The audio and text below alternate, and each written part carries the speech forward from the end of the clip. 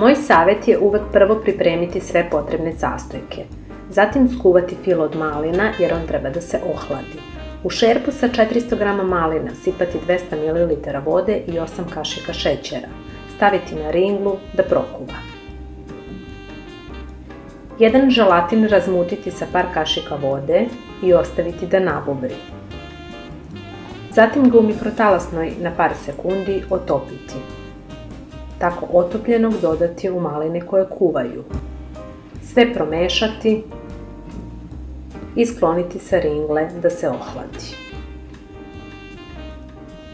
Sada pripremiti koru od plazme. Penasto umutiti 150 g maslaca, na izmenično mu dodavajući 400 g plazme i 250 ml mleka.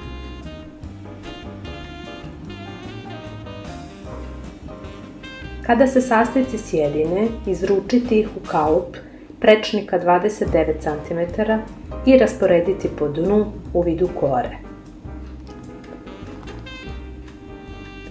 Pripremiti želatin kao za prethodni fil. Umutiti 500 g sira sa 8 kašika šećera i dodati rastopljen želatin.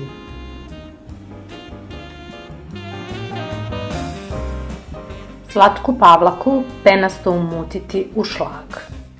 Znamo da je dovoljno čvrsta kada okrenemo posudu, a šlag se ne pomeri.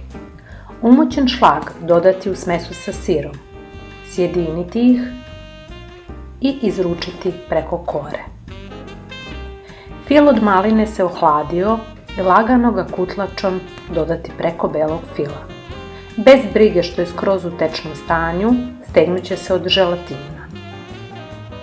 Tortu obavezno ostaviti da prenoći u frižideru.